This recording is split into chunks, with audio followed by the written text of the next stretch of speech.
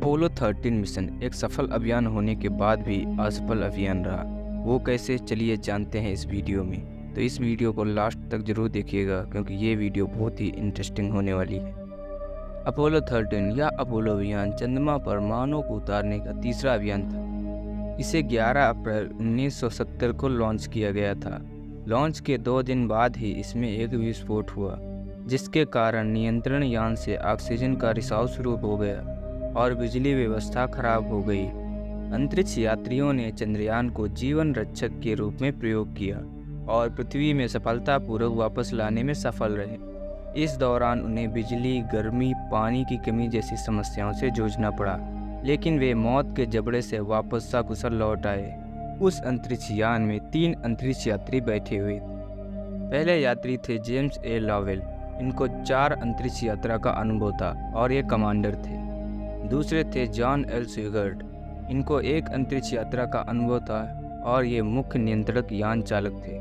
तीसरे थे bread W हैस। इनको 1 अंतरिक्ष यात्रा का अनुभव था और ये चंद्रयान चालक थे। तो चलिए अब जानते हैं इस मिशन के बारे में। अपोलो 13 अभियान फ्रा मोरो संरचना का अध्ययन करने वाला था। इस संरचना का नाम फ्रा मोरो क्रिएटर के नाम पर दिया गया है, जो इस संरचना के अंदर स्थित है।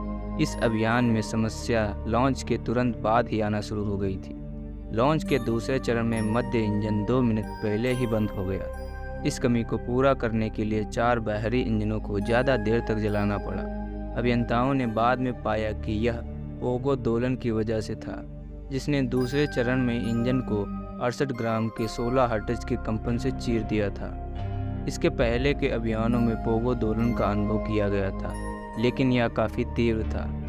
इसके बाद के अभियानों में प्रतिपोगी दोलन प्रणाली लगाई गई थी। विस्फोट यान चंद्रमा की ओर अपने रास्ते में पृथ्वी से 3,21,860 किलोमीटर दूरी पर था। नियंत्रण यान के क्रमांक 2 के ऑक्सीजन टैंक में विस्फोट हुआ। इस घटना की शुरुआत कुछ ऐसी हुई। पृथ्वी स्थित अभियान नियंत्रण केंद्र ने ऑक्सीजन टैंक को हिलाने के लिए कहा। यह कार्य द्रव ऑक्सीजन में तापमान में विभिन्न अवस्थाओं में होने वाली सतहों के निर्माण से रोकने के लिए होता है। इस प्रक्रिया को स्टार्टिफिकेशन कहते हैं। लेकिन इस दौरान ऑक्सीजन के टैंक को हिलाने वाले मोटर के तारों में आग लग गई। इस आग से द्रव ऑक्सीजन गर्म होने लगी और उससे दबाव बढ़कर 1000 psi तक पहुंच गया। फलस्वरूप टैंक में विस्फोट हो गया। यह केवल एक अनुमान है। अन्य अनुमानों में यान से किसी उल्का के टकराव से हुआ विस्फोट भी है। इस विस्फोट से कई उपकरण नष्ट हो गए और ऑक्सीजन टैंक क्रमांक 1 को भी गंभीर नुकसान पहुंचा। नियंत्रण यान बिजली निर्माण के लिए ऑक्सीजन पर निर्भर था। इस विस्फोट के कारण बिजली निर्माण कम हो गया। नियंत्रण यान में पृथ्वी के वातावरण में पुनः प्रवेश के लिए बैटरी थी, लेकिन ये सिर्फ 10 घंटों के लिए ही काफ़ी थी। इन बैटरियों को पृथ्वी में सकुशल वापस लौटने के लिए बचाना जरूरी था। इसलिए यात्री दल अब जीवन रक्षा के लिए चंद्रयान पर निर्भर थे।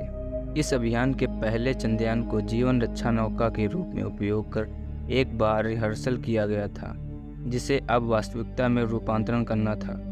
इस विस्फोट के कारण चंद्रमा पर अवतरण अभियान रद्द कर दिया गया और चंद्रमा की एक परिक्रमा के साथ पृथ्वी पर सकुशल वापसी की प्रक्रिया शुरू की गई, जिसे फ्री रिटर्न ट्रेजेक्ट्री कहा जाता है।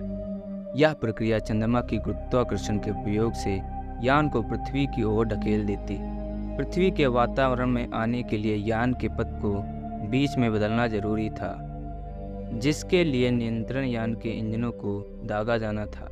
लेकिन नियंत्रकों को यान में हुए नुकसान का अनुमान ही नहीं था। वे अंतरिक्ष यान में आग लगने का खतरा नहीं उठाना चाहते थे।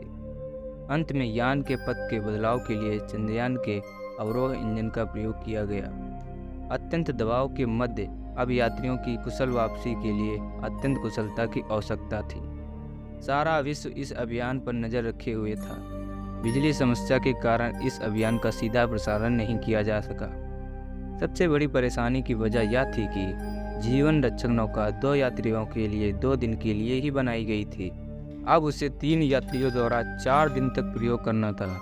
सबसे गंभीर समस्या थी कि लिथियम हाइड्रोक्साइड के कंटेनरों की 4 दिन के लिए अनुपलब्धता थी। यह लिथियम हाइड्रोक्साइड कार्बन डाइऑक्साइड को यान से साफ करती है। नियंत्रण यान में लिथियम हाइड्रोक्साइड के कंटेनरों की उचित मात्रा थी, लेकिन ये कंटेनर चंद्रयान में लगने के लिए आकार में नहीं थे। अब उन कंटेनरों को किसी तरह उपलब्ध पदार्थों द्वारा एक अनुमूलक निर्माण कर चंद्रयान में लगाना था। जैसे ही पृथ्वी के वातावरण में पुनः प्रवेश का समय नज़दीक आया, नासा ने नियंत्रण कक्ष को अलग करके उसकी तस्वीरें लेने का निर्णय किया, जिससे दुर्घटना के कारणों का पता लगाया जा सके। यात्रियों ने जब नियंत्रण कक्ष को देखा तो उन्होंने पाया कि नियंत्रण यान की संपूर्ण लंबाई में स्थित ऑक्सीजन टैंक को ढकने वाला कवर विस्फोट में उड़ गया था। एक भय यह भी था कि वापसी के दौरान चंद्रयान में तापमान की कमी के कारण जल घनीभूत न हो जाए, लेकिन आशंका निर्मूल साबित हुई। इस सफलता के पीछे एक कारण अपोलो 1 की आग के बाद अभिकल्पनाओं में किए गए बदलाव भी थे।